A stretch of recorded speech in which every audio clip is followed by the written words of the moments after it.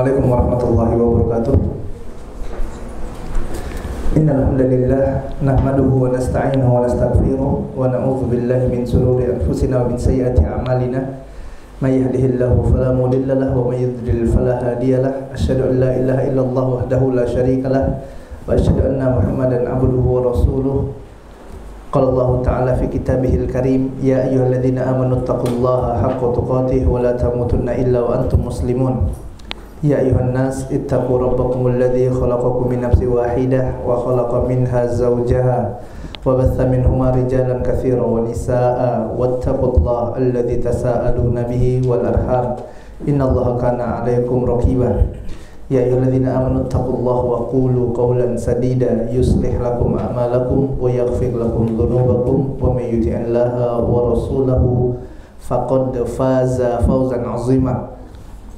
Amma ba'du fa inna asdaqal hadithi kitabullah wa khairul hadi hadi Muhammadin sallallahu alaihi wasallam wa syarrul umuri muhdatsatuha fa inna kulla muhdatsatin bid'ah wa kulla bid'atin dhalalah wa kulla dhalalatin finnar. Ikhwani wa akhwati rahimani wa rahimakumullah.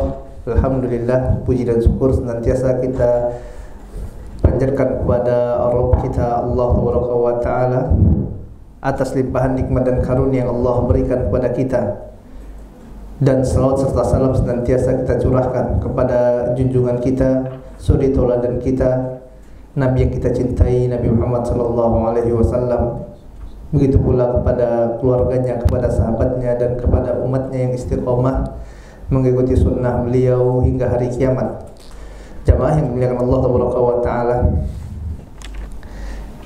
kita masih dalam pembahasan kitab Ushul Sunnah Imam Ahmad rahimahullahu ta'ala, yang mana pada kitab ini membahas usul atau pokok-pokok akidah Ahlus Sunnah wal Jamaah, yang mana pada hari ini banyak atau sebagian orang tidak mengenal akidah Ahlus Sunnah wal Jamaah dikarenakan ada beberapa kelompok yang mereka mengatasnamakan Ahlus Sunnah, tetapi ternyata pemahaman mereka sangat jauh sekali dengan pemahaman para imam-imam Ahlus Sunnah.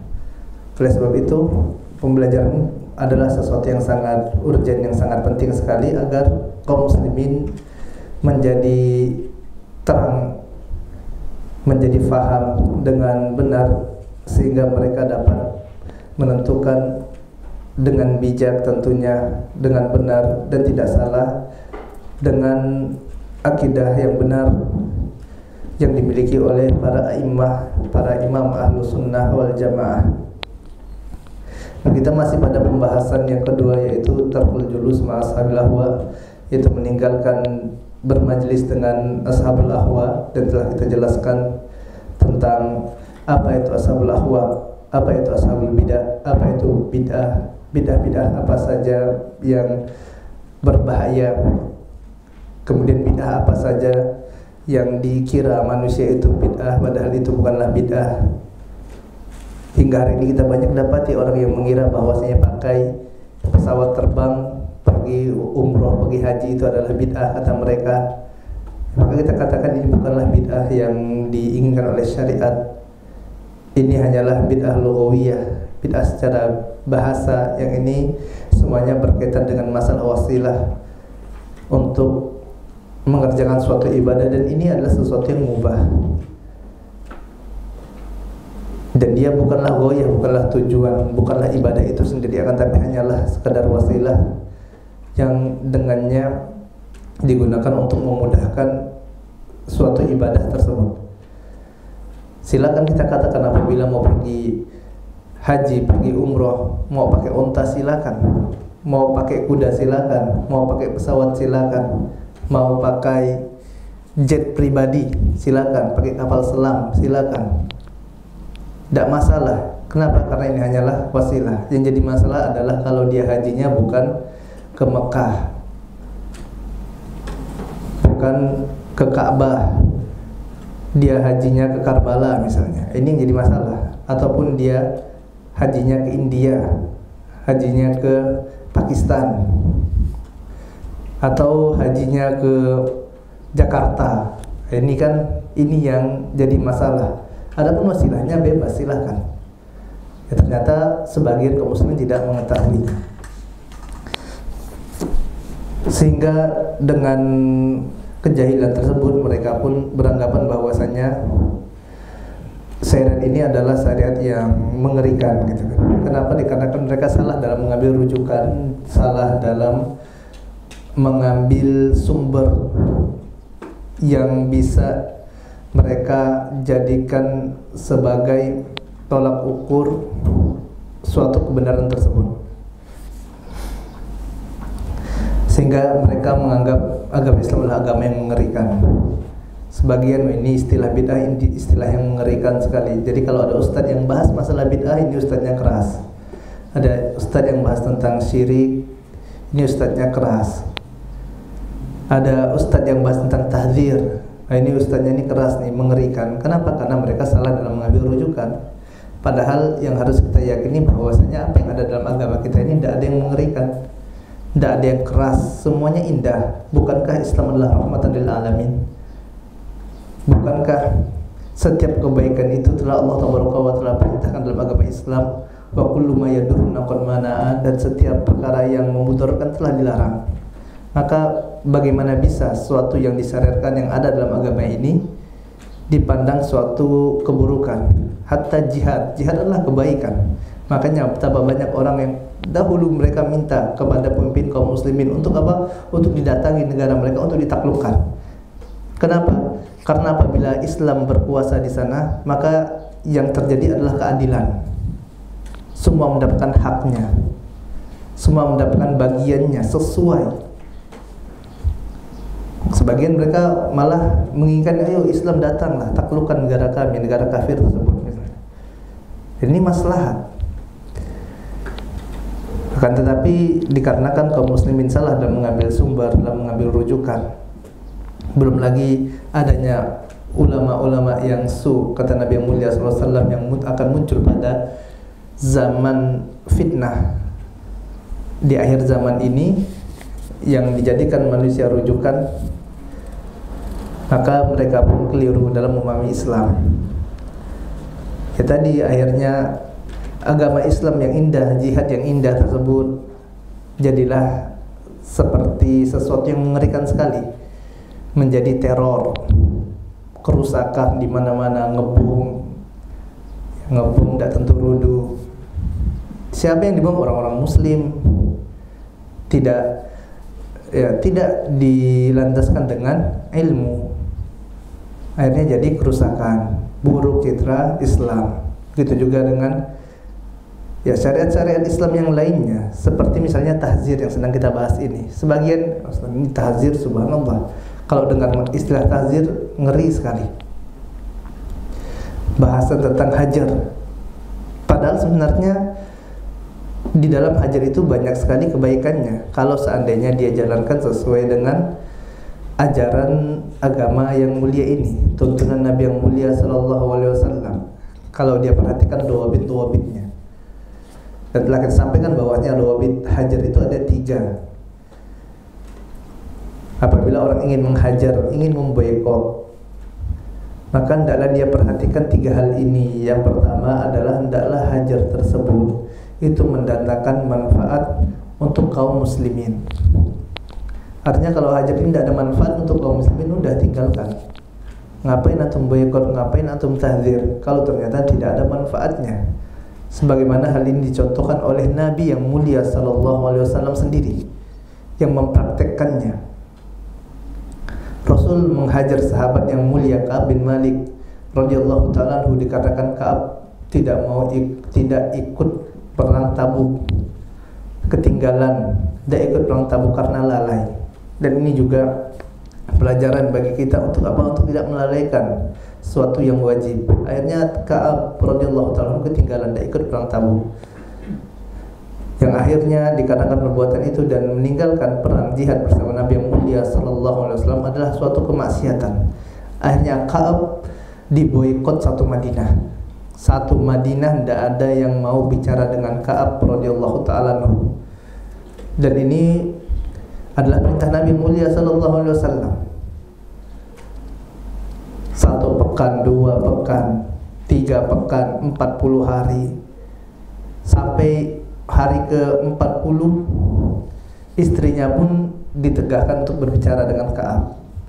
Akhirnya istrinya disuruh pulang. Akhirnya sendirian, dan ini subhanallah luar biasa berat bagi Ka'ab radhiyallahu ta'ala. Barulah hari ke-50 turun firman Allah Taala yang mengabarkan bahwasanya Allah Taala telah menerima taubatnya Ka'ab bin Malik radhiyallahu ta'ala.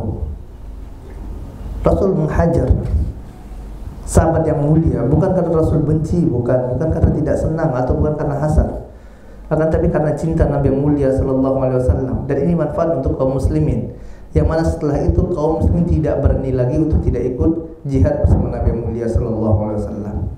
Pelajaran, jerak takut kaum muslimin. Begitu juga Nabi mempraktekkan hajar, boikot terhadap orang-orang yang dia meninggal dalam keadaan masih memiliki hutang. Rasul yang mulia tidak mau solatkan. Bahkan sampai ada seorang sahabat yang dia meninggal masih memiliki hutang, ya, yang akhirnya Rasul awalnya tidak mau solatkan.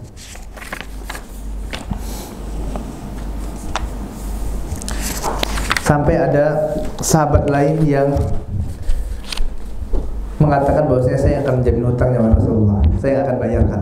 Baru Nabi yang mulia SAW mau solatkan. Ini adalah hajar jamaah mereka Allah Taala, yang tahdzir, yang memiliki manfaat sangat manfaat sekali bagi umat, bagi kaum muslimin. Akhirnya apa? Kaum muslimin tidak berani itu sembarangan dalam berhutang. Kalau tidak ada perkara yang penting tidak berhutang. Hutang boleh, tidak boleh, ya, bukan tidak boleh, boleh. Akan tapi tadi, kalau seandainya tidak perlu-perlu amat, ya janganlah. Ini terkadang kaum muslimin suka bermudah-mudahan, ya, suka bermudah-mudahan. Bahkan tidak ada keperluan hutang, ya. Bikin arisan untuk apa? Untuk tadi, untuk cuma sekedar kumpul-kumpul, ya. Akhirnya apa? Awalnya tidak punya hutang jadi berhutang. Ya, ini bahaya, dan ini manfaat di tahdzir tersebut, manfaat bagi kaum muslimin. Akhirnya apa? Orang tidak berani sembarangan berhutang, ya. Kemudian yang kedua dari dhawabit hajar ini adalah hajar tersebut mendatangkan manfaat bagi orang yang menghajarnya, orang yang mentahdzir, orang yang dia memboikot, dia boikot saudaranya tadi, dia boikot orang ini, orang muslim, dia boikot nih. Kenapa? Karena ada pikirannya yang menyimpang. Dan ini manfaat tidak bagi orang tersebut, manfaat. Kenapa? Yang mana dengannya dia akan selamat dari pikiran-pikiran yang menyimpang dari orang tersebut. Dia terselamatkan dari penyimpangan-penyimpangan pemikiran yang sangat berbahaya dari ahlul bidah, dari ahlul ahwa tersebut. Dia tahu nih, oh, orang ini udah diingatkan oleh para ulama, udah diingatkan oleh para asatidzah, para ustaz, dan mengingatkannya hati-hati sama si fulan ini. Kenapa? Karena pikirannya bahaya, pikirannya nyeleneh, suka bertanya hal yang tidak-tidak. Intinya berbahayalah.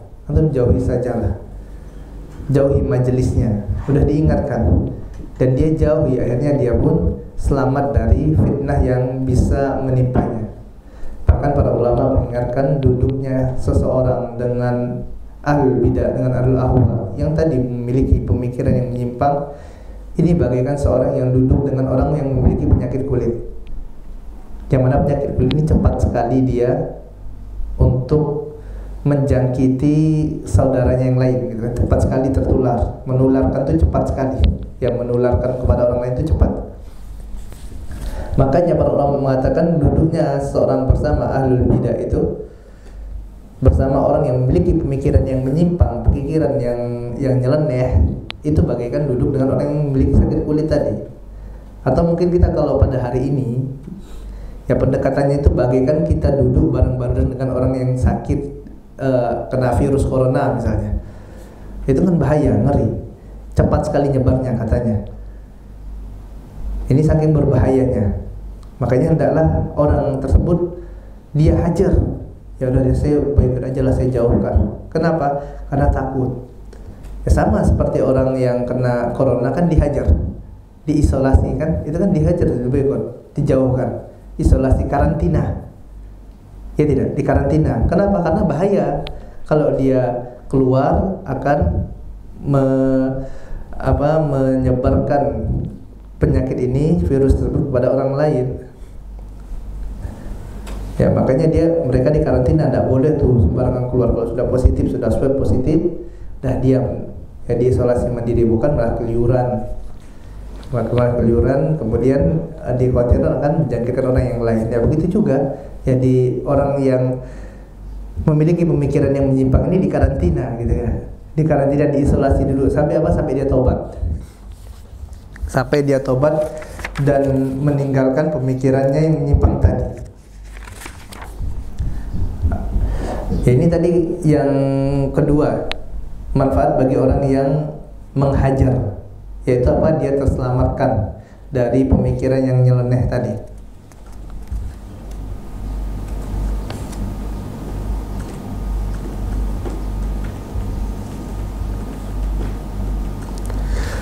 Kemudian yang ketiga adalah ada manfaat bagi orang yang dihajar. Orang yang dihajar itu yang ditahdir, yang awas jangan pergi ke majelis dia misalnya. Dia dijauhi, ini manfaat bagi orang tersebut. Kalau tidak ada manfaatnya, tidak usah dilakukan hajar tersebut. Sebagaimana yang telah kita sampaikan adalah kisah dari Sobik bin Asal. Ya, Sobik bin Asal ini yang dia memiliki pemikiran yang nyeleneh, kemudian ditangkap oleh Amr bin As dan diserahkan kepada Khalifah Umar bin Khattab radhiyallahu ta'ala anhu.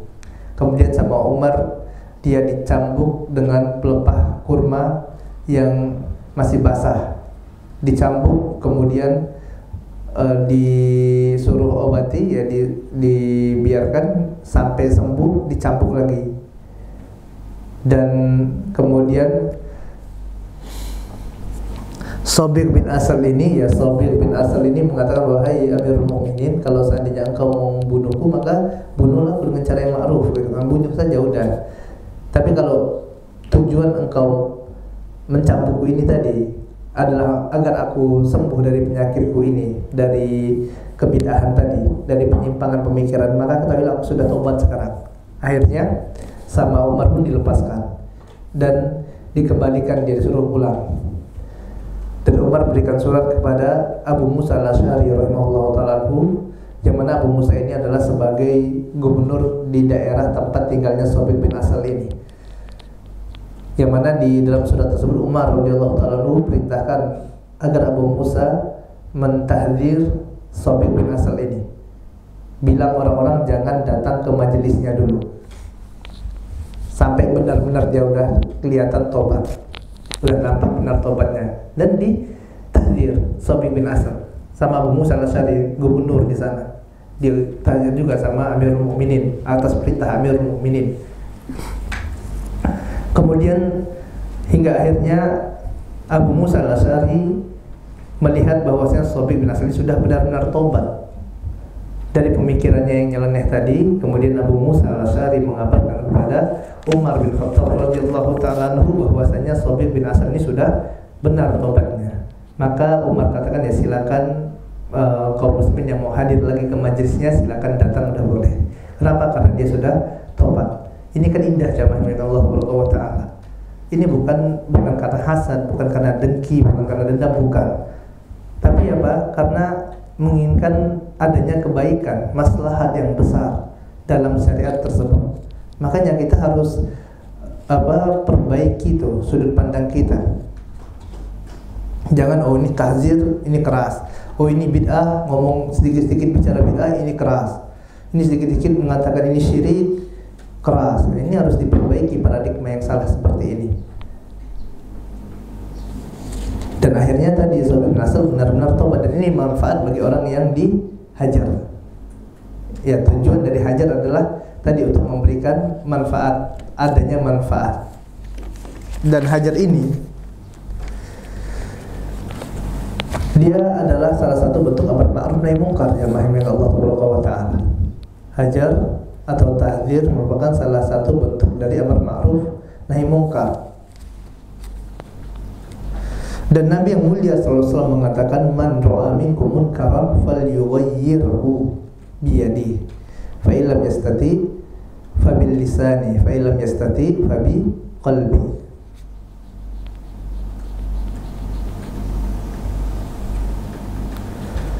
Apabila kalian melihat kemungkaran, kata Nabi yang mulia sallallahu alaihi wasallam, maka ubahlah dia dengan tangan kalian. Kalau tidak bisa dengan tangan, ubahlah kemungkaran tersebut dengan lisan kalian. Kalau tidak bisa, ubahlah kemungkaran tersebut dengan hati kalian. Ingkari dengan hati. Dan ini adalah selemah-lemahnya iman. Dan di sini Nabi mulia sallallahu alaihi wasallam katakan apa? Falyughayyirhu.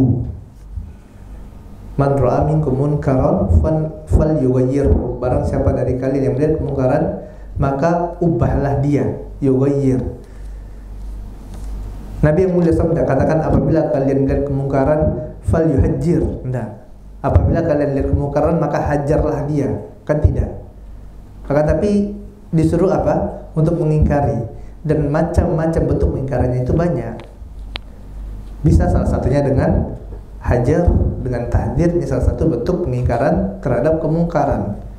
Kalau terpenuhi dhawabitnya, kalau terpenuhi syarat-syaratnya tadi, ada manfaat untuk kaum muslimin, ada manfaat untuk orang yang menghajar, ada manfaat bagi orang yang dihajar. Kalau tidak, maka hajar atau tahdir ini bukan cara satu-satunya. Di sana ada ta'liful qulub, yaitu pendekatan hati kepada orang-orang yang melakukan kemungkaran tersebut. Sebagaimana hal ini pun dilakukan oleh Nabi mulia sallallahu alaihi wasallam.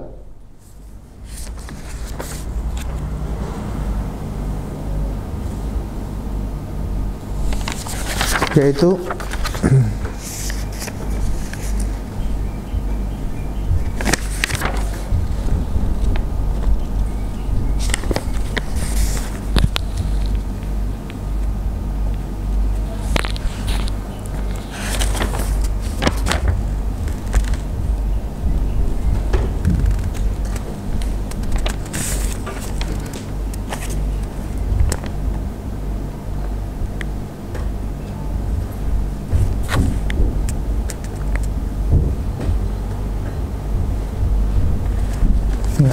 sebagaimana apa yang dilakukan oleh Nabi yang mulia sallallahu alaihi wasallam kepada Uyainah bin Mihsan. Uyainah bin Mihsan ini jamaah yang Allah Subhanahu wa taala, dia adalah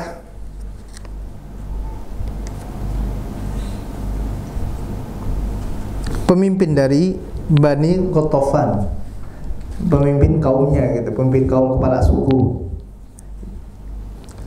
Uyainah bin Mihsan, yang mana sewaktu saat perang dia diperintahkan oleh Nabi yang mulia SAW untuk negosiasi. Dia diminta untuk negosiasi pada musuh yang ternyata sewaktu negosiasi dia berkhianat. Dia bilang itu kaum muslimin itu sedang lemah sekarang. Mereka udah banyak kehilangan tentara, udah banyak perang pasukan, ya udah dalam keadaan lemah lah. Maka ya kalian semangat, bantai itu, udah kayak gitu misalnya ya. Padahal disuruh untuk negosiasi, ya utusan negosiatornya gitu kan. Malah ternyata dia sampai ke musuh, Muslim ini malah menyampaikan tidak. Kemudian sewaktu dia kembali kepada Nabi yang mulia SAW, Rasul yang mulia SAW sudah mengetahui, bukan karena Nabi yang mulia SAW mengetahui yang gaib, bukan, akan tapi karena karena Muhammad sallallahu alaihi wasallam adalah utusan Allah. Datang tuh malaikat Jibril mengabarkan. Dikabarkan ini tadi dia di sana itu di camp musuh itu dia melakukan hal yang begini dan begini, mengatakan ini dan ini. Kemudian Nabi katakan, antum udah bohong nih, antum tadi telah mengatakan seperti ini dan seperti ini. Mendengar apa yang dikatakan oleh Nabi yang mulia sallallahu, Umar pun marah, udah ambil pedangnya, letakkan udah di lehernya Uyainah bin Mihsan. Tinggal nunggu apa-apa dari Nabi yang mulia SAW. Rasulullah bilang, lanjutkan, selesai gitu kan. Tapi Nabi yang mulia SAW yang tidak lakukan jamaah milik Allah Ta'ala. Rasul maafkan.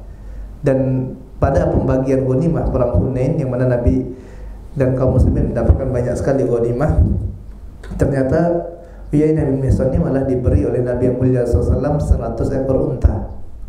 Diberi 100 ekor unta. Padahal tadi telah berkhianat gitu ya. Malah dikasih 100 ekor unta. Unta itu harganya berapa? 30 juta lah. Dapat gak 30 juta harga unta? Anggaplah 30 juta. 30 juta, 100 ekor berapa? 3 miliar. Masya Allah. Diberi oleh sama Nabi yang mulia SAW berapa? 3 miliar gitu kan. 100 ekor unta. Ini Nabi yang mulia SAW bukan tahzir yang dilakukan, bukan menghajar. Akan tapi Nabi yang mulia SAW melakukan apa? Ta'liful qulub. Dan hal ini sesuai dengan sebagaimana juga apa yang dikatakan oleh Syekhul Islam Ibnu Taimiyah rahimahullah ta'ala. Hajar ini, kata Syekhul Islam, ini tidak manfaat bagi pemimpin-pemimpin kaum, tidak manfaat. Kepala-kepala suku dihajar itu tidak ada gunanya. Kenapa? Karena dia memiliki pengikut yang banyak. Kepala-kepala suku udah punya pengikut. Antum menghajar tidak ada manfaatnya.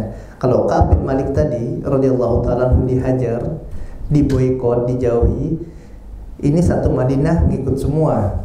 Tidak ada satupun yang bicara dengan Ka'ab, dan ini manfaat terasa, diasingkan. Tapi kalau di kepala suku, antum hajarnya antum cuma 10 orang, sedangkan satu suku dia ada ratusan orang, ribuan orang gitu kan, apa efeknya? Bukankah tadi tujuan kita untuk tahzir, untuk hajar ini untuk apa? Untuk amar ma'ruf nahi mungkar, untuk mengingkari kemungkarannya dan agar dia tobat dari kesalahannya tadi. Tapi kalau seperti ini apa faedahnya? Maka kata Syekhul Islam, yang manfaat adalah dengan ta'liful qulub. Beri hadiah. Dikasih hadiah, Nabi kasih hadiah. Bahkan pernah ada orang Arab Badui datangi Nabi yang mulia sallallahu alaihi wasallam, baru masuk Islam dia, kemudian dia Muhammad minta kambing.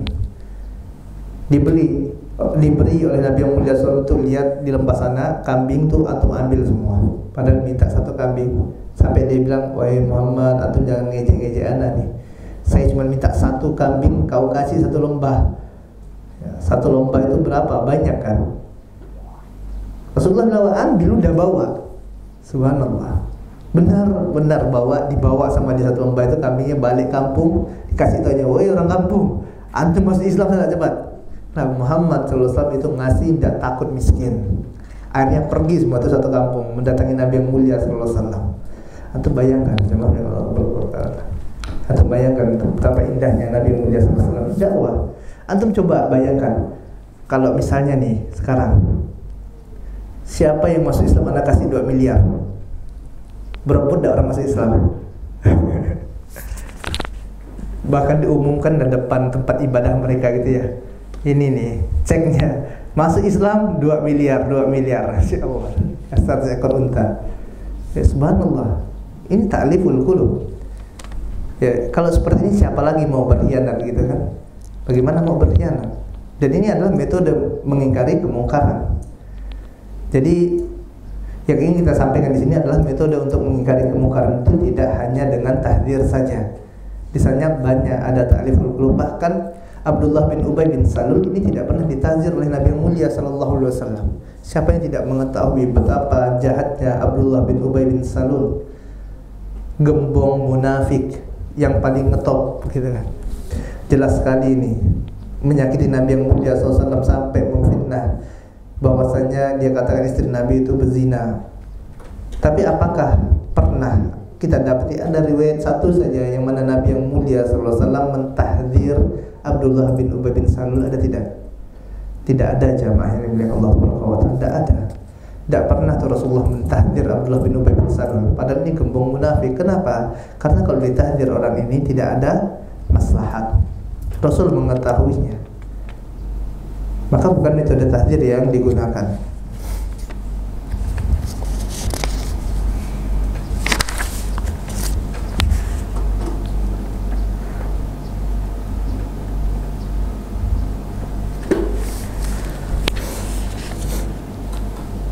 Dan hajar juga jamaah yang Allah Taala, dia tidak berkaitan dengan besarnya dosa seseorang. Besarnya kesalahannya tidak pengaruh. Artinya tidaklah tepat apabila ada yang mengatakan ini dikarenakan dia adalah ahlul bid'ah, maka dikarenakan kebid'ahannya dia dihajar, dia ditahdzir. atau dikarenakan dia telah melakukan dosa seperti ini, dikarenakan dia misalnya melakukan dosa zina maka dia ditahdzir, dikarenakan dia melakukan suatu dosa-dosa seperti ini, dosa makan riba, dia ditahdzir. Maka kata para ulama ini tidak ada kaitannya. Kenapa? Karena ini bertentangan dengan sunnah Nabi mulia sallallahu alaihi wasallam. Nabi mulia sallallahu mentahdzir dalam banyak keadaan yang sesuai dengan keadaan orang tersebut. Kadang Nabi mulia sallallahu dalam praktek tahdzir ini, ya para ulama mempraktekkan kadang yang ditahdzir adalah ahlul bidah. Ada contohnya seperti tadi yang kita katakan, bagaimana hajar dilakukan oleh Umar bin Khattab radhiyallahu ta'ala anhu, yang diperintahkan juga kepada Abu Musa al-Asy'ari. Kemudian bahkan Nabi yang mulia SAW terkadang menghajar dalam perkara-perkara yang sebenarnya perkara itu ada perkara yang kecil gitu, yang sepele. Dalam riwayat Ahmad, pernah Nabi yang mulia SAW melihat seorang laki-laki pakai cincin emas. Maka orang ini tidak mau diajak bicara oleh Nabi mulia sallallahu alaihi wasallam, ditahdzir oleh Nabi. Dia ngajak ngomong Nabi diamkan. Diajak bicara Rasul tidak mau jawab. Kenapa? Dia pakai cincin emas. Kemudian dia ganti cincin emasnya dengan cincin besi. Ganti cincin besi, Nabi pun masih tidak mau bicara dengannya. Dihajar oleh Nabi mulia sallallahu alaihi wasallam, diboikot orang ini, lelaki tadi, sampai akhirnya dia ganti cincin tersebut dengan cincin perak.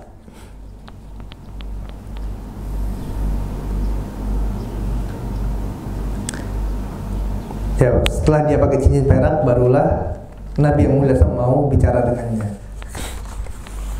Ya, ini kan cuma masalah cincin gitu ya.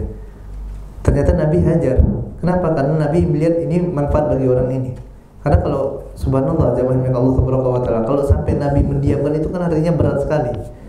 Orang yang sangat kita cintai gitu kan, orang yang sangat berharga didiamkan oleh Rasul yang mulia sallallahu alaihi wasallam. Didiamkan antum di satu kantor, didiamkan sama kepalanya, didiamkan sama atasan, sama bos di kantor itu misalnya. Ini kan tidak enak, ini apa salah saya gitu ya.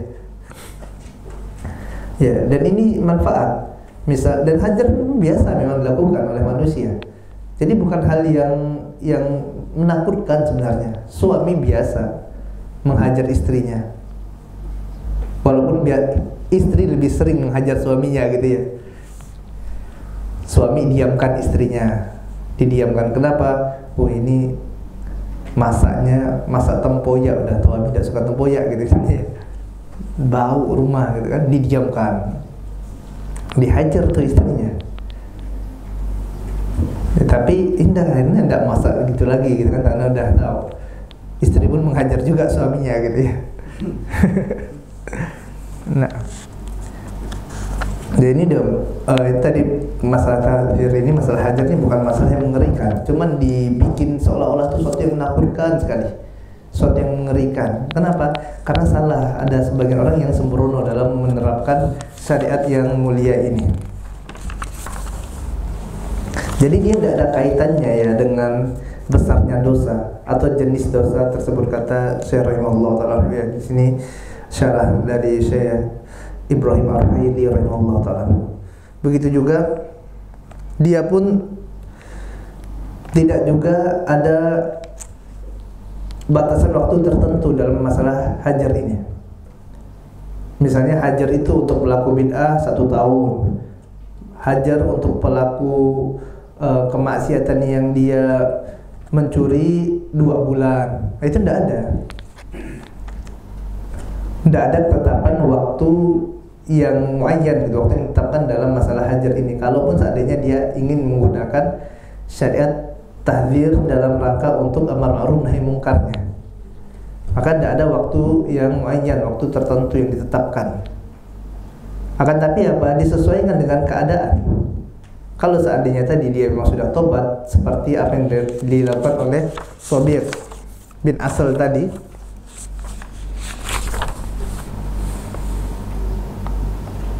ya, Shabiq bin Asal yang ternyata sewaktu dia telah benar tobatnya, dikabarkan oleh Abu Musa al-Asy'ari kepada Amirul Mukminin Umar bin Khattab radhiyallahu taala, maka Umar pun mencabut tahzirnya. Ya udah silakan dah, udah boleh lah hadir ke majelis Sobek bin Asal ini. Kenapa? Karena kata Abu Musa al-Asy'ari orang udah benar tobatnya. Dan Abu Musa orang yang sikoh, yang terpercaya gitu kan, bukan pendusta. Maka udah selesai. Tidak ada waktu-waktu tertentu. Kan tapi tadi disesuaikan ya dengan keadaan orang tersebut. Dikarenakan kata Al-Imam Ibnu Qayyim rahimahullahu taala, innal hajra kadawai.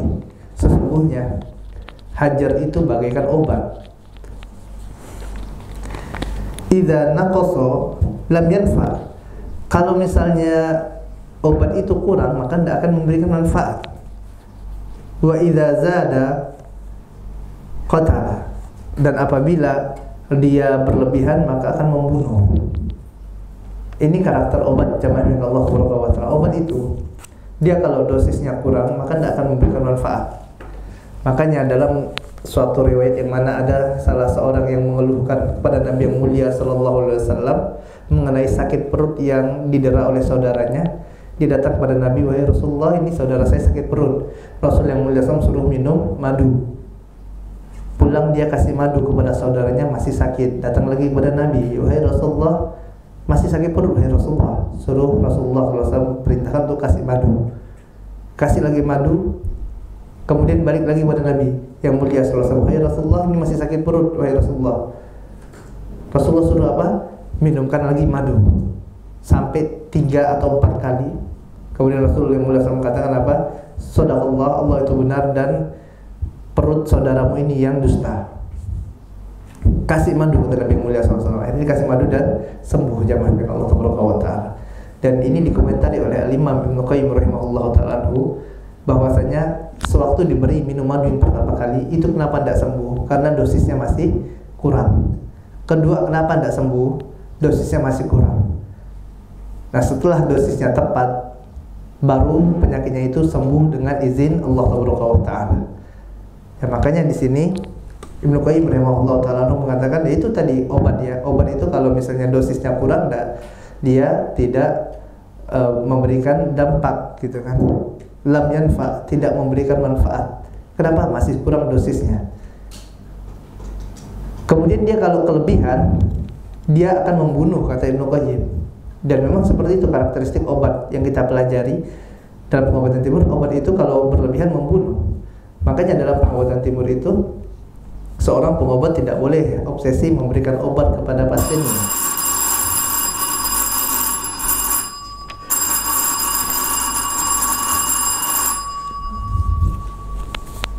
Dikarenakan apabila obat itu sudah masuk ke dalam tubuh seseorang, maka dia hanya akan menempati 2 posisi. Kalau dia pas dosisnya, pas diagnosanya, pas cara konsumsinya, maka dia akan memberikan manfaat dan dapat menyembuhkan penyakit dengan izin Allah Taala.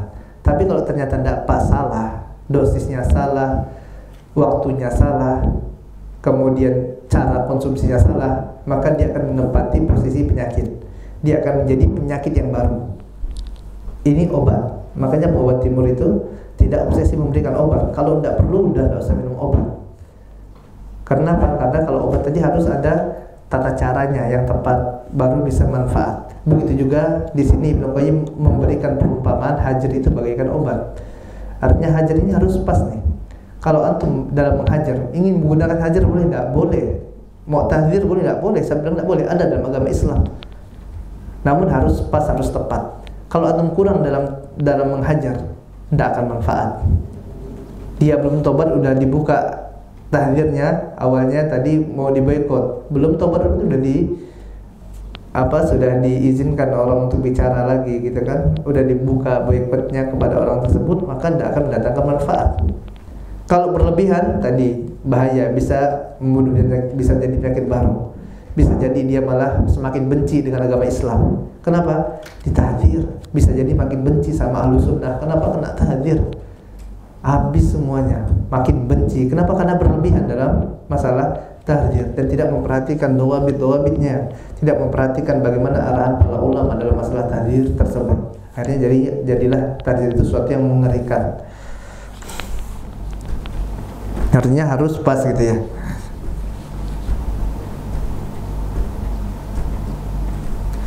Kemudian muallif rahimahullah taala mengatakan, amma in kana al-hajru ghair mu'athir, apabila hajarnya itu tidak memberikan bekas, fa inna hajrahu la yanfa, maka itu sama saja hajar itu tidak manfaat. Ternyata dia udah hajar, udah boikot, tapi tetap aja orang itu masih maksiat, tetap aja masih melakukan penyimpangan, tetap saja orang kaum muslim masih terpengaruh dengan dia, terpengaruh dengan syubhat dia. Maka ini kita katakan hajarnya hajar yang salah, hajar yang tidak manfaat, atau tidak salah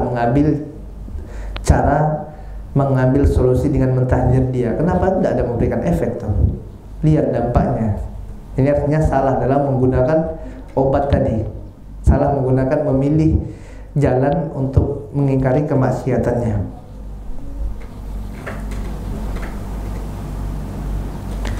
Misal, an yuhajjira rajulu zamilahu wa huwa la yantafi bihajrihi bal rubbama dhanna anna hadzal hasad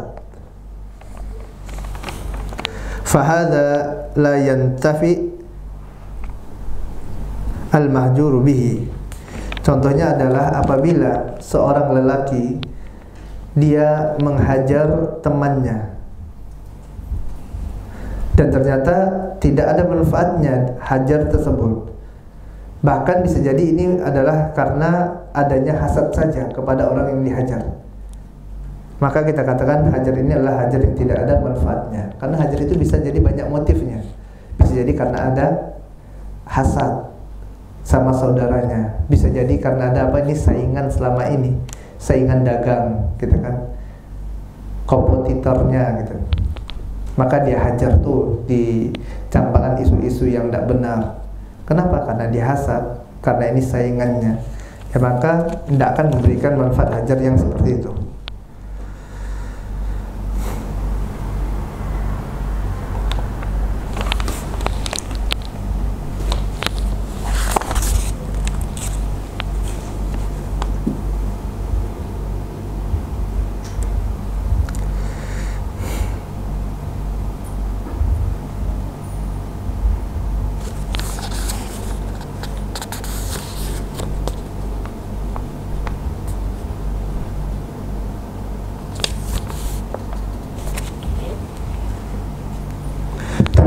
Saja ya, teman-teman yang Allah Subhanahu wa taala. Jadi ini pertemuan terakhir sebelum kita ujian akhir semester.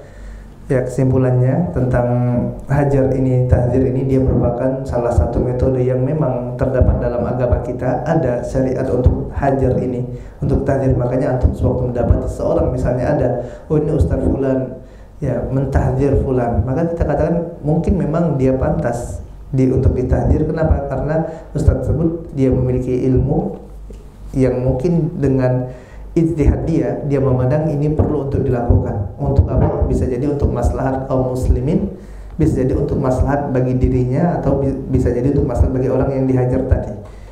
Maka sewaktu ada tahdzir seperti ini, jangan oh ini keras. Sewaktu ada ustaz yang mentahdzir, jangan dikatakan ini ustaznya keras. Kenapa? Karena Rasul yang mulia sebelum pernah mentahdzir. Lalu apakah kita katakan Rasul adalah nabi yang keras gitu kan? Enggak. Rasul adalah wa huwa ala khuluqin azim. Ya, dan Nabi yang mulia sallallahu alaihi sungguh-sungguh berada dalam akhlak yang mulia. Wa innaka la'ala khuluqin azim, kata Allah Subhanahu wa taala dalam Quran surah apa? Qalam. Surah Qalam. Maka tentu kita tidak berani mengatakan Rasul orang yang keras, Rasul dakwahnya keras. Enggak. Artinya memang ada syariat hajar tersebut. Tapi yang perlu kita ketahui bahwasanya hajar ini bukan satu-satunya cara. Harus diperhatikan dua bitnya. Jadi apabila saatnya kita ingin menggunakan syariat ini, dan ini ada, sebagaimana tolak pun ada kan, menceraikan istri itu kan ada, dan boleh lakukan, boleh.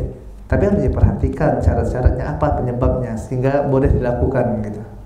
Sebagaimana halnya, dan itu maslahat kalau dilakukan dengan cara yang benar, maslahat, baik itu bagi yang laki-laki, bagi suami atau bagi istrinya. Begitu juga dengan hajar ini, kalau dilakukan dengan cara yang benar, tahdzir itu, maka akan menjadi maslahat. Imma itu maslahat untuk kaum muslimin, atau dia akan menjadi maslahat bagi orang yang menghajar atau orang yang dihajar tersebut. Tapi sekali lagi kita ingatkan bahwasanya hajar ini bukan satu-satunya cara, bukan satu-satunya cara yang dilakukan oleh Nabi yang mulia sallallahu alaihi wasallam. Bahkan terkadang Nabi yang mulia SAW juga melakukan yang namanya ta'liful qulub, yaitu pendekatan hati dengan memberikan hadiah, dengan mendekati, dengan mungkin diajak bicara, diajak ngobrol. Bisa jadi dengan diajak bicara tersebut, dengan diberikan hadiah, dengan ya kita mendekatinya, dengan berlaku baik kepadanya, maka dia akan tobat dari kesalahannya. Maka tempuhlah cara yang seperti ini. Maka hendaklah seorang ini lebih bijak dalam menempuh suatu cara, gitu kan, dalam memilih apa yang ada dalam syariat Allah Taala, dan semuanya disyariatkan, semuanya syariat dan semuanya baik, dan semuanya adalah kebaikan, tinggal bagaimana kita dalam menggunakannya saja. Sama lah seperti misalnya kalau kita beli pisau, pisau tadi kalau digunakan untuk masak ini kan bagus, gitu kan, tapi kok digunakan untuk membunuh kan jadi jelek. Tergantung bagaimana menggunakannya. Kalau orang menggunakannya berilmu, orang yang memiliki niat yang bagus, ya dia pun paham cara menggunakannya, maka akan jadi suatu kebaikan bagi dia dan akan jadikan kebaikan bagi orang lain dan kebaikan bagi kaum muslimin. Tapi kalau misalnya yang menggunakannya orang yang serampangan, orang yang masih bodoh, orang yang tidak bisa apa-apa, tidak tahu apa-apa, cuma hanya ingin memuaskan hawa nafsunya, maka yang terjadi hanyalah kerusakan. Itu adalah kerusakan yang mana akan menjadikan orang-orang semakin jauh dari agama Islam, malah menjadikan manusia semakin jauh dari sunnah Nabi yang mulia sallallahu alaihi wasallam.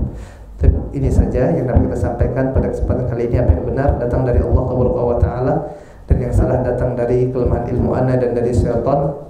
Kita akhiri dengan membaca doa kafaratul majlis. Subhanakallahumma wa bihamdika asyhadu an la ilaha illa anta astaghfiruka wa atubu ilaik. Assalamualaikum warahmatullahi wabarakatuh.